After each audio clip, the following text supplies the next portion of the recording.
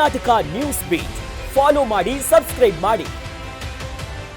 ಈಗಾಗಲೇ ವಿಧಾನ ಪರಿಷತ್ನ ಚುನಾವಣೆಯ ಫಲಿತಾಂಶಗಳು ಹೊರಗೆ ಬಿದ್ದುಬಿಟ್ಟಿದೆ. ನಿರೀಕ್ಷೆಯಂತೆ ಕಾಂಗ್ರೆಸ್ 5 ಸ್ಥಾನವನ್ನ ಗೆದ್ದಿದೆ, ಬಿಜೆಪಿ 2 ಸ್ಥಾನವನ್ನ ಗೆದ್ಕೊಂಡ್ಬಿಟ್ಟಿದೆ.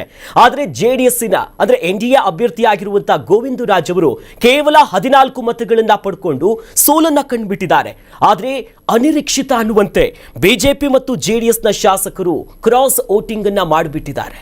ಸರ್, ನಿನ್ನೆ ನಾವು ಮೊದಲಿಗೆ ಪ್ರಸ್ತಾಪ ಮಾಡಿದ್ದೆ, ಈ ರೆಬಲ್ಸು ಅಸಮಾಧಾನಿತರು ಎಲ್ಲರೂ ಕೂಡ ಏನೋ ಆಗ್ಬಿಡುತ್ತೆ ಅಂದ್ರೆ. ಆದರೆ ಈಗ ಆತ್ಮಸಾಕ್ಷಿಯ ಅಡ್ಡ ಮತದಾನ ಈ ಇಡೀ 2 ದೋಸ್ತಿ ಪಡೆಗಳಿಗೆ ಮರ್ಮಾಘಾತವನ್ನು ತಂದುಬಿಟ್ಟಿದೆ. ಇವತ್ತು ಇದು ಒಂಥರ ಈ ದಿಕ್ಸೂಚಿ ಇದ್ದಂಗೆ, ಮುಂದಿನ ಚುನಾವಣೆಗಳಲ್ಲಿ ನಮ್ಮ ಹುಡುಗರನ್ನ ಹೆಂಗೆ ಇಟ್ಕೋಬೇಕು ಅನ್ನುವಂಥದ್ದು ಮಾರ್ಗದರ್ಶಿ ಆದಂಗೆ ಇದೆ ಇದು. ಹೌದು. ಎಲ್ಲೋ ಒಂದು ಕಡೆ JDSನ ಒಂದಷ್ಟು ಜನ ಶಾಸಕರು ಮತ್ತು BJPಯ 4 ಅದರಲ್ಲಿ ಇಬ್ಬರನ್ನ ತೆಗೆದುಬಿಟ್ರೆ ಇನ್ನೊಂದು ಇಬ್ಬರು ಹಾರೋಗಿದ್ದಾರೆ, ಅಡ್ಡಮತ ಮಾಡಿದ್ದಾರೆ ಅನ್ನುವಂಥದ್ದು ಕನ್ಫರ್ಮ್ ಆಗ್ತಾ ಇರುವಂಥದ್ದು. ಎಲ್ಲೋ ಒಂದು ಕಡೆ BJP ಮತ್ತು JDS ಕಾಂಗ್ರೆಸ್ಸಿನ ಲೆಕ್ಕಾಚಾರಕ್ಕೆ ಹೋದರೆ ಎಲ್ಲೋ ಒಂದು ಕಡೆ ಎಡುತ್ತಾ ಇದ್ದಾವೆ ಅನ್ನುವಂಥದ್ದು ಲೆಕ್ಕ ಬರುತ್ತೆ. ಕುಮಾರಸ್ವಾಮಿ ಅವರಿಗೆ ಇತ್ತೀಚೆಗೆ DK ಶಿವಕುಮಾರ್ ಮುಖ್ಯಮಂತ್ರಿ ಆದ ನಂತರದಲ್ಲಿ ಹಳೆ ಮೈಸೂರು ಭಾಗದಲ್ಲಿ ಒಂದಷ್ಟು ಪ್ರಾಬಲ್ಯ ಸಾಧಿಸ್ಬಿಡ್ತಾರೆ ಅನ್ನುವಂಥ ಒಂದು ಅಳುಕು ಇದ್ದೇ ಇದೆ ಒಳಗಡೆ. ಯಾಕಂದರೆ ಗೌಡ ಸಮುದಾಯದ DK ಮುಖ್ಯಮಂತ್ರಿಯಾಗಿ ಬಂದು ಕೂತ್ಕೊಂಡಿರೋದ್ರಿಂದ ನಮ್ಮ ಪ್ರಾಬಲ್ಯ ಎಲ್ಲೋ ಒಂದು ಕಡೆ ಅಂದರೆ JDS ಜನತಾದಳದ ಪ್ರಾಬಲ್ಯ ಕಡಿಮೆ ಆಗುತ್ತೇನೋ, ಗೌಡ ಮತಗಳು ಆ ಕಡೆ ವಾಲ್ ಬಿಡುತ್ತೇನೋ, ಇವರೆಲ್ಲೋ ಸರ್ಕಾರ ಆಡಳಿತ ಸರಿಯಾಗಿ ನಡೆಸ್ಕೊಂಡು ಬಿಟ್ರೆ 2 ವರ್ಷ ಏನಾದರೂ DK ಶಿವಕುಮಾರ್ ಮನಸ್ಸು ಮಾಡಿಬಿಟ್ಟು ಏನಾದರೂ ಒಂದು ಬದಲಾವಣೆ ಬೆಳವಣಿಗೆ ಆಯಿತು ಅಂದರೆ ಆ ಹಳೆ ಮೈಸೂರು ಭಾಗದಲ್ಲಿ ಏನು ಅಸ್ತಿತ್ವ ಉಳಿಸ್ಕೊಂಡಿದೆ. ನಿನ್ನೆ ನೀವು ಕುಮಾರಸ್ವಾಮಿ ಅವ್ರು ಮಾತಾಡ್ತಿರ್ಬೇಕಾದ್ರೂ ಕೇಳಿಸ್ಕೊಂಡಿರ್ಬೋದು, ಅವರು ಸ್ಪಷ್ಟವಾಗಿ ಹೇಳ್ತಾ ಇದ್ರು, ನಮ್ಮ ಅಸ್ತಿತ್ವವನ್ನು ಉಳಿಸ್ಕೊಳ್ಳೋದಕ್ಕೋಸ್ಕರ ನಾವು ಒಂದು ಅಭ್ಯರ್ಥಿಯನ್ನು ಹಾಕ್ಕೊಂಡಿದ್ವಿ, JDSನ ಮತಗಳು ಅಡ್ಡಗಳ ಆಗದೇ ಇರಲಿ ಅಂತ. ಆದರೆ ಇವತ್ತಾಗಿದೆ. ಹೌದು, ಇವತ್ತಾಗಿರೋದು ನೋಡಿದ್ರೆ ಎಲ್ಲೋ ಒಂದು ಕಡೆ ಕುಮಾರಸ್ವಾಮಿ ಅವರಿಗೆ ಹಿಡಿತ ತಪ್ಪುತ್ತಾ ಇದೆಯಾ ಅನ್ನುವಂಥದ್ದು ಕಾಣಿಸುತ್ತೆ. ಯಾಕಂದರೆ ಆಡಳಿತ ಪಕ್ಷದ ಪರವಾಗಿ ಜನ ನಿಲ್ಲೋದು ಸಾಮಾನ್ಯ, ಅದಕ್ಕೆ ತಕ್ಕಂತೆಯೇ ಶಾಸಕರು ಕೂಡ ಅವ್ರ ಪರ ಬ್ಯಾಟ್ ಬೀಸುವಂಥದ್ದು. ಅಲ್ಲಿಂದ ಈಚೆಗೆ ಬಂದರೆ ಎಲ್ಲಾದರೂ ಒಂದು ಕಡೆ ಆ ಆಡಳಿತ ಪಕ್ಷದ ಸೌಲಭ್ಯವನ್ನು ತಗೋಬೋದಾ ಅನ್ನುವಂಥ ನಿಟ್ಟಲ್ಲಿ ಯೋಚನೆ ಮಾಡುವಂಥದ್ದು ಸಾಧ್ಯತೆ ಇರುತ್ತೆ. ಆ ಸಾಧ್ಯತೆಗಳು ಇವತ್ತಿಂದ ಕಾಣಿಸ್ಕೊಂಡಂಗಿದೆ. JDSನ ಮುಸುಕಿನ ಗುದ್ದಾಟಗಳು, GT ದೇವೇಗೌಡರು ಸೇರಿದಂತೆ ಆತ್ಮಸಾಕ್ಷಿಯಾಗಿ ಮತದಾನ ಮಾಡಿದೆ ಅಂತ ಹೇಳ್ತಾರೆ. ಈ ಆತ್ಮಸಾಕ್ಷಿ, ಇನ್ನೊಂದು ಸಾಕ್ಷಿ, ಮತ್ತೊಂದು ಸಾಕ್ಷಿಗಿಂತ ಅಲ್ಲಿ ಯಾವ ಸಾಕ್ಷಿಯಾಗಿ ಮತ ಆಗಿದೆ ಅನ್ನುವಂಥದ್ದು ಲೆಕ್ಕ ಹಾಕೋಬೇಕಾಗತ್ತೆ. ಕಳೆದ ಒಂದಷ್ಟು ಕಾಂಗ್ರೆಸ್ ಪಾಳೆಯದ ಈ ಬದಲಾವಣೆ ಬೆಳವಣಿಗೆಗಳನ್ನು ನೋಡ್ತಾ ಇದ್ದ ಸಂದರ್ಭದಲ್ಲಿ JDS ಮತ್ತು BJPಯ ಶಾಸಕರನ್ನ ಹಿಡಿದಿಟ್ಕೊಳ್ಳುವಂಥ ಪ್ರಯತ್ನದಲ್ಲೇ ಇವರು ಒದ್ದಾಡ್ತಾ ಇದ್ರು. ಕಾಂಗ್ರೆಸ್ಸಿಗೆ ಒಂದು ಕುರ್ಚಿ ಬದಲಾವಣೆಯಲ್ಲಿ ಅಂದರೆ ಈ ಪರ್ಯಾಯ ವ್ಯವಸ್ಥೆಯನ್ನು ಸಿದ್ದರಾಮಯ್ಯವ್ರನ್ನ ಬದಿಗೆ ಸರಿಸಿನೂ ನಾವು DK ಶಿವಕುಮಾರ್ನ ನಿಲ್ಲಿಸ್ಕೋತೀವ ಅನ್ನುವಂಥ ಆ ಒತ್ತಡ ಆದರೆ DK ಶಿವಕುಮಾರ್ ಬಂದುಬಿಟ್ರೆ ಎಲ್ಲ ಒಂದು ಕಡೆ ಈ ರೆಸಾರ್ಟ್ ಕರ್ಕೊಂಡು ಹೋಗ್ಬಿಟ್ಟು ಆಮಿಷ ಕೊಟ್ಬಿಟ್ಟ ಮನುಷ್ಯ, ಎಲ್ಲಾದ್ರೂ ತೋಳಬಲನೂ ಇದೆ, ಅಧಿಕಾರದ ಲೆಕ್ಕಾಚಾರ ತೋರಿಸ್ಬಿಟ್ಟು ನಮ್ಮಿಂದ ಒಂದಷ್ಟು ಹಕ್ಕಿಗಳನ್ನ ಆ ಕಡೆ ಎತ್ಕೊಂಡು ಹೋಗ್ಬಿಟ್ಟ ಅನ್ನುವಂತ ಬಿಟ್ಟು ಆ ಭಯದಲ್ಲೇ ಒಂದಷ್ಟು ಓಡಾಟಗಳು ಒದ್ದಾಟದಲ್ಲಿ ಇದ್ರು ಇವರು. ಇವತ್ತಿನ ಈ ಮತದಾನ ಪ್ರಕ್ರಿಯೆ ಫಲಿತಾಂಶ ನಿರೀಕ್ಷಿತ ಆಗಿದೆ, ಹಿಂದೆನೆ ನಿರೀಕ್ಷಿತವಾಗಿತ್ತು. 5 ಆ ಕಡೆ ಹೋಗುತ್ತೆ, 2 ಈ ಕಡೆ ಬರುತ್ತೆ ಅಂತ. ಇವು ಲಿಂಗರಾಜ್ ಪಾಟೀಲ್ರಿಗೆ ಏನೋ ಒಂದು ಮತ ಕಡಿಮೆ ಬಿದ್ದಂಗಿದೆ, ಅದು 2ನೇ ಪ್ರಾಶಸ್ತ್ಯದ ಮತ ಲೆಕ್ಕಕ್ಕೆ ಹೋದ್ರೆ ಅಥವಾ ಅಲ್ಲಿ JDSನ ಲೆಕ್ಕಾಚಾರಕ್ಕೆ ಬಂದ್ರೆ ಇವ್ರಿಗೆ ಬೀಳುವಂತ ಸಾಧ್ಯತೆ ಇರುತ್ತೆ. ಸೊ ಇವರು ಗೆದ್ದು ಬರ್ತಾರೆ. ಅದು ನಿರೀಕ್ಷೆಯಂತೆಯೇ 5 ಮತ್ತೆ BJPಗೆ 2 ಬಂದಿರುವಂತದ್ದು.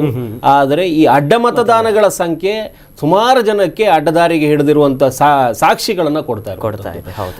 ಈ 2 ನಾಯಕರುಗಳಿಗೆ, BJPಯ ನೇತೃತ್ವ ವಹಿಸಿರುವಂತ ವಿಜೇಂದ್ರಗೆ, ಆ ನಂತರದಲ್ಲಿ ಕುಮಾರಸ್ವಾಮಿಗೆ, ಇಬ್ಬರಿಗೂ ತಲೆನೋವಾಗಿರುವಂತದ್ದು. ಅಂದ್ರೆ ನಮ್ಮ ಪಕ್ಷದಲ್ಲಿ ನಾವು ಹೇಳದಂತೆ ಎಲ್ಲರೂ ಇಲ್ಲ ಅನ್ನುವಂಥದ್ದು ಈ ಫಲಿತಾಂಶ ಇರುವಂತದ್ದು.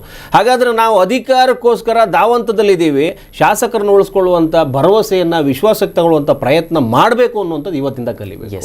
ನೀವು ಬರೀ ನಿಮ್ಮ ವಾಗ್ಜರಿಯಿಂದ ಅಥವಾ ಇನ್ನೊಬ್ಬರ ಕಾಲಿ ಎಳೆಯೋದ್ರಿಂದ ವಿರೋಧ ಪಕ್ಷದ ಲೆಕ್ಕಾಚಾರದಲ್ಲಿ ಹೋಗಿ ಏನೋ ನಿಂತ್ಕೊಂಡು ಯಾರನ್ನೋ ಎಳೆದು ಬಿಡ್ತೀನಿ ಅಂತಂದ್ರೆ ನಿಮ್ಮಲ್ಲಿರೋರನ್ನ ಎಳ್ಕೊಂಡು ಹೋಗಿ ಅವ್ರ ಪಕ್ಷದಲ್ಲಿ ಸೇರಿಸ್ಕೊಂಡ್ಬಿಡ್ತಾರೆ. ಹಾಗಾಗಿ ನೀವು ಯೋಚನೆ ಮಾಡಬೇಕೀಗ, ಈ ಫಲಿತಾಂಶದ ಮೂಲಕ ನೀವು ತಿಳ್ಕೊಳ್ಳೋದೇನು, ನಾಳೆಯಿಂದ ಬದಲಾವಣೆ ಮಾಡ್ಕೋಬೇಕಾಗಿರೋದೇನು ಅಂತ JDS ಮತ್ತು BJP ಇಬ್ಬರು ಆಲೋಚನೆ ಮಾಡುವಂತ ದಿನ ಬಂದಿದೆ. ಎಸ್ ಸರ್, ಇದ್ರ ಬಗ್ಗೆನೇ ಈಗ PV ಮೋಹನ್ ಅವರು ಕೂಡ ರಿಸಲ್ಟ್ ಬರ್ತಿದ್ದಂತೆಯೇ ಮಾತನಾಡಿದ್ದಾರೆ. ಅವರ ಮಾತೇನಿದೆ ಅದನ್ನ ನೋಡ್ಕೊಂಡ್ ಬರೋಣ. 5 ಅಭ್ಯರ್ಥಿಗಳು ಗೆದ್ದಿದ್ದಾರೆ, ಒಳ್ಳೆಯ ಗೆಲುವು. ಈ ಗೆಲುವು ವೈಯಕ್ತಿಕ ನಾನು ಕಾರ್ಯಕರ್ತರಿಗೆ ಸ್ಪಂದಿಸ್ತಾ ಇದ್ದೇನೆ. ಇದು ಕಾರ್ಯಕರ್ತರ ಗೆಲುವು. ಮತಗಳ ಬಗ್ಗೆ ನಾನು ಗೆದ್ದ ಅಭ್ಯರ್ಥಿ ಅಷ್ಟೇ, ನನ್ನ ಸಂತೋಷವನ್ನು ಪ್ರಕಟಿಸ್ತಾ ಇದ್ದೀವಿ ಅಷ್ಟೇ. ಕಾಂಗ್ರೆಸ್ ಗೆಲುವು ಹೇಗೂ ನಿರೀಕ್ಷಿತವಾಗಿಯೇ ಇತ್ತು. ಬಟ್ ಅಂದ್ರೆ ಒಂದು ಗಮನಿಸಬೇಕು ಸರ್, ಜೆಡಿಎಸ್ ತನ್ನ ಪ್ರಾಬಲ್ಯವನ್ನ ಮತ್ತಷ್ಟು ಕುಗ್ಗಿಸ್ಕೊಂಡ್ಬಿಟ್ಟಿದೆ. ಜೊತೆಲಿ ಇಲ್ಲಿ ಸರಿಯಾದಂತ ನಾಯಕತ್ವದ ಕೊರತೆನೇ ಹೀಗೆ ಮಾಡ್ಬಿಡ್ತಾ ಅನ್ಸುತ್ತೆ. ಒಂದು ನೀವು ಗಮನದಲ್ಲಿಡಿ, ವಿನಯ್ ಕಾರ್ತಿಕ್ ಗೆಲ್ಲೋದಕ್ಕೆ ಒಂದಷ್ಟು ಅಂತರಗಳಿದ್ದಾಗಲೂ ಕೂಡ 138 ಮತಗಳು ಮಾತ್ರ ಇತ್ತು, ಬೇಕು ಇವ್ರಿಗೆ ಹೆಚ್ಚುವರಿ ಮತ ಅನ್ನುವಂಥ ಕಾಲಘಟ್ಟದಲ್ಲಿ ವಿನಯ್ ಪಡೆದಿದ್ದು 32 ಮತ ಅಂತ ಕೇಳಿ ಬರ್ತಾ ಇದೆ. ಅಂದ್ರೆ ಹೆಚ್ಚುವರಿಗೆ 2 ಎಕ್ಸ್ಟ್ರಾ ತಗೊಂಡ್ಬಿಟ್ರು ಅಂತ. ಸೊ ಅಲ್ಲಿಗೆ ಕಾಂಗ್ರೆಸ್ ಲೆಕ್ಕಾಚಾರ ಸರಿಯಾಗಿತ್ತು.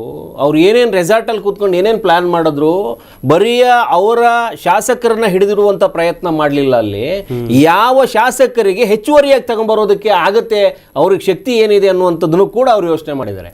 ಈಗ ಆಯಾಯ ಸಂಬಂಧಪಟ್ಟಂಗೆ ಕ್ಷೇತ್ರದ ಶಾಸಕರುಗಳು ಅಕ್ಕಪಕ್ಕದವ್ರ ಜೊತೆಗೆ ಸ್ನೇಹ ಸಂಬಂಧ ಚೆನ್ನಾಗಿ ಇಟ್ಕೊಂಡಿರ್ತಾರೆ.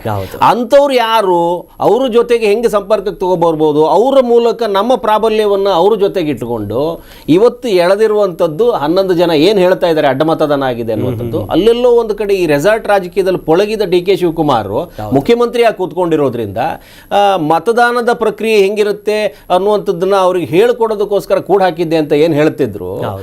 ಅದರ ಜೊತೆಗೆ ಒಂದಷ್ಟು ಜನರನ್ನ ಒಳಗಡೆ ಎಳ್ಕೊಂಬರೋದು ಹೆಂಗೆ, ನಿಮ್ಮ ಸ್ನೇಹಿತರು ಯಾರ್ಯಾರಿದ್ದಾರೆ ಲೆಕ್ಕಾಚಾರ ಹಾಕೊಂಡು ಹೆಂಗೆ ಒಳಗಡೆ ಎಳ್ಕೋತೀರಿ ಅವ್ರನ್ನ ಅನ್ನುವಂಥದ್ದೇನೋ ಪರಿಪಾಠ ಹಾಕೊಂಡಂಗಿದೆ. ಸ್ಪಷ್ಟವಾಗಿ ಕುಮಾರಸ್ವಾಮಿ ಅವರಿಗೆ ಈ ಕ್ಷಣದಿಂದ ಒಂದು ಭಯ ಶುರುವಾಗಿದೆ. ಅರೆ ನಾನು ಎಲ್ಲೋ ಒಂದು ಕಡೆ ಇವರನ್ನ ಹಳೆ ಮೈಸೂರು ಭಾಗದ ಏನು ಲೆಕ್ಕಾಚಾರ ಇತ್ತು, ಡಿ ಕೆ ಶಿವಕುಮಾರ್ ಮುಖ್ಯಮಂತ್ರಿ ಆಗೋದು ಅವರಿಗೆ ಅಕ್ಷರಶಃ ತಡ್ಕೊಳಕ್ ಆಗ್ತಿರ್ಲಿಲ್ಲ, ಆಗ್ಲೂ ಬಾರದು ಅನ್ನೋ ಲೆಕ್ಕಾಚಾರದಲ್ಲಿ JDS ಇತ್ತು. ಆದರೆ ಸಮಯ ಕೂಡ ಬಂತು, ಅದೇನೋ 2.5 3ಕ್ಕೆ ಸಿಕ್ಕಿಬಿಟ್ಟಿದೆ. 2.5 ವರ್ಷಕ್ಕೆ ಆ ಪವರ್ ಶೇರಿಂಗ್ ಹೋಗಿ 3ನೇ ವರ್ಷಕ್ಕೆ ಸಿಕ್ಕಿಬಿಟ್ಟಿದೆ. ಅಧಿಕಾರಯುತವಾಗಿ ಬಂದು ಕೂತ್ಕೊಂಡ್ರು ಅಂತ ಹೇಳಿದ್ರು ಕೂಡ ಆ ಅಧಿಕಾರವನ್ನು ಯಾವ ರೀತಿ ನಡೆಸ್ಕೊಳ್ತಾರೆ, ಮುಂದಿನ ಈ 2 ವರ್ಷ ಏನಿದೆ ಅವ್ರಿಗೆ ಸಿಕ್ಕಿರುವಂಥ ಅವಕಾಶವನ್ನು ಯಾವ ರೀತಿಯಾಗಿ ಅಭಿವೃದ್ಧಿ ಪಥದಲ್ಲಿ ತಗೊಂಡು ಹೋಗ್ಬಿಟ್ಟು ಯಾವ ಕನಸನ್ನು ಹೊತ್ತುಕೊಂಡು ಆ ಭಾಗದಲ್ಲಿ ಇಡೀ ರಾಜ್ಯವನ್ನು ಏನೋ ಸಮಗ್ರವಾಗಿ ಏನೋ ತಗೊಂಡು ಬಿಡ್ತೀರಿ ಕಪಿ ಮುಷ್ಟಿಗೆ ಅನ್ನುವಂಥ ಸಾಹಸಕ್ಕೆ ಕೈ ಹಾಕ್ತಾರೋ, ಅಥವಾ ತನ್ನ ಪ್ರಾಬಲ್ಯ ಎಲ್ಲಿದೆ, ಈಗ ಹಳೆ ಮೈಸೂರು ಭಾಗದ ಪ್ರಾಬಲ್ಯವನ್ನೇ ಹೆಚ್ಚುವರಿಯಾಗಿ ನಂಬಿಕೊಂಡಿದ್ದ ಕುಮಾರಸ್ವಾಮಿಯವರ ಏನು ನಾಮಬಲ ಇದೆ ಅದನ್ನು ತಾನು ವಶಕ್ಕೆ ಪಡ್ಕೋಬೇಕಾದ್ರೆ ಈ 2 ವರ್ಷದಲ್ಲಿ ಅಲ್ಲಿಯ ಮತದಾರರನ್ನ, ಅಲ್ಲಿಯ ಒಂದು ಪ್ರಾಬಲ್ಯವನ್ನು ಪಡೆಯೋದಕ್ಕೆ ಏನೇನು ಮಾಡಬಹುದು ಆ ಕಸರತ್ತು ಮಾಡೋ ಸಾಧ್ಯತೆ ಹೆಚ್ಚಿದೆ. ಕರ್ನಾಟಕ ನ್ಯೂಸ್ ಬೀಟ್ ಫಾಲೋ ಮಾಡಿ, ಸಬ್ಸ್ಕ್ರೈಬ್ ಮಾಡಿ.